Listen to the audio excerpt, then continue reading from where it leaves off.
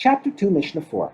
Generally, it is the obligation of the person who wishes to eat produce to separate trumos and maasros beforehand.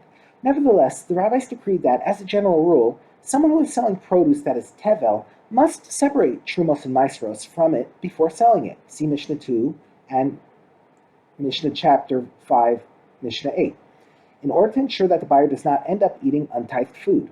Regarding Demai, however, this is not always required.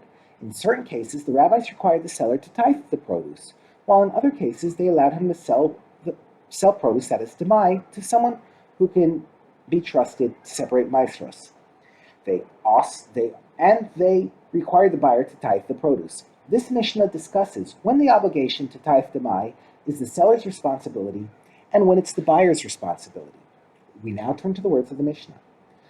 Commercial bakers who are themselves trusted regarding maasros, but bought the grain from which they bake their bread from Amei Haaretz, were required by the rabbi to separate from the dough only the amount that fulfills the requirement of trumas, maaser, and challah, i.e. they required to remove trumas, maaser, and challah.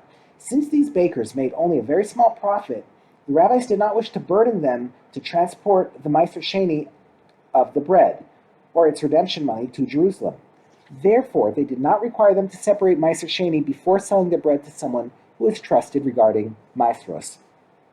Guidelines regarding other sellers' responsibilities to tithe their Demai produce.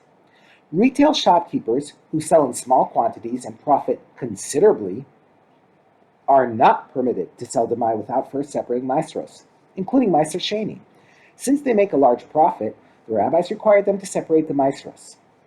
All those who sell with a large measure, i.e. they sell large quantities at once, are permitted to sell Demai without tithing, since those who sell in large quantities typically measure generously, limiting their profits. Therefore, the rabbis made the buyer responsible to tithe the produce. Who are those who sell with a large measure, who are therefore not required to tithe the produce? They are, for example, wholesalers and grain sellers.